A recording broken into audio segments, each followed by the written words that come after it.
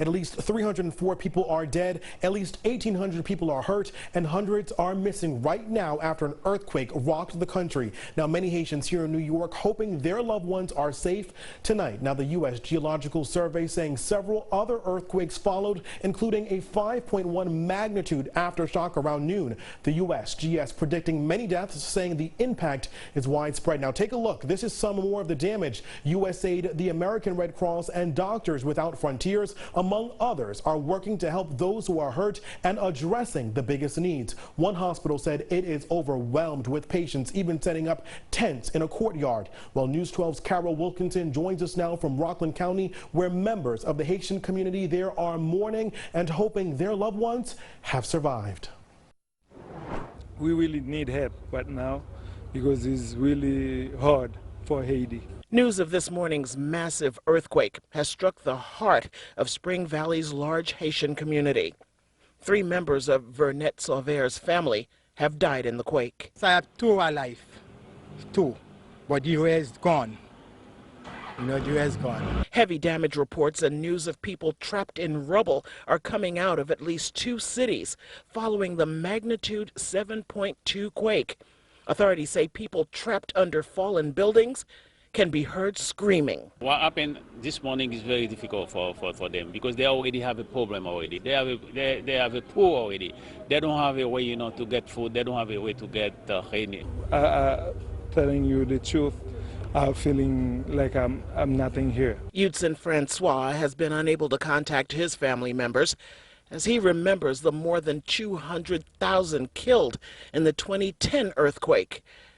His message to his fellow Haitians at this crucial time. Keep hope alive and trust the process in God. Help is on the way from the U.S. And that was Carol Wilkinson reporting, and the impact and uncertainty surrounding the earthquake being felt locally, especially in parts of Brooklyn's Flatbush neighborhood. And that even goes by Little Haiti. Well, News 12's Greg Thompson joining us now with reaction. Greg? Yeah, Phil, tens of thousands of Haitian immigrants living in New York City, and most of them in that Little Haiti neighborhood. We spoke with the area's state assembly member, Rodneyse Bichotte, who's Haitian American herself. Bichotte describing Saturday as devastating, saying she, along with family, friends, and neighbors, spent most of the day on the phone and WhatsApp, also monitoring YouTube, just trying to get a sense of what's happening and tracking down everyone they know. It's not just the earthquake, too, that Haitians are dealing with. The country's still reeling from the assassination of its president just last month and seeing a spike in COVID cases, completing what Bichotte is calling a terrible trifecta.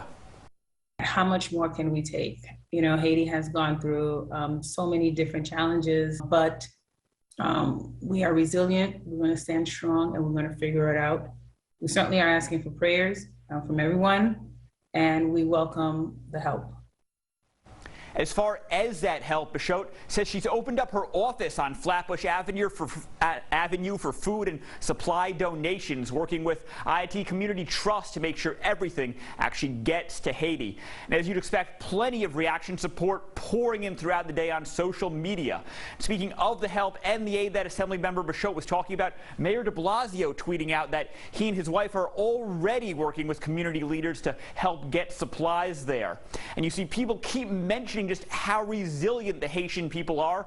Num2K tweeting out something that a lot of us are talking about and remembering, flashbacks to the 2010 earthquake in Haiti that killed 200,000 people. Hopefully this number won't get that high, and Assemblymember Bichotte did mention that they learned a lot from that and were better prepared to respond to this one. And finally, you see before the start of tonight's Mets game, a message on the scoreboard at Citi Field in Queens showing support for Haiti.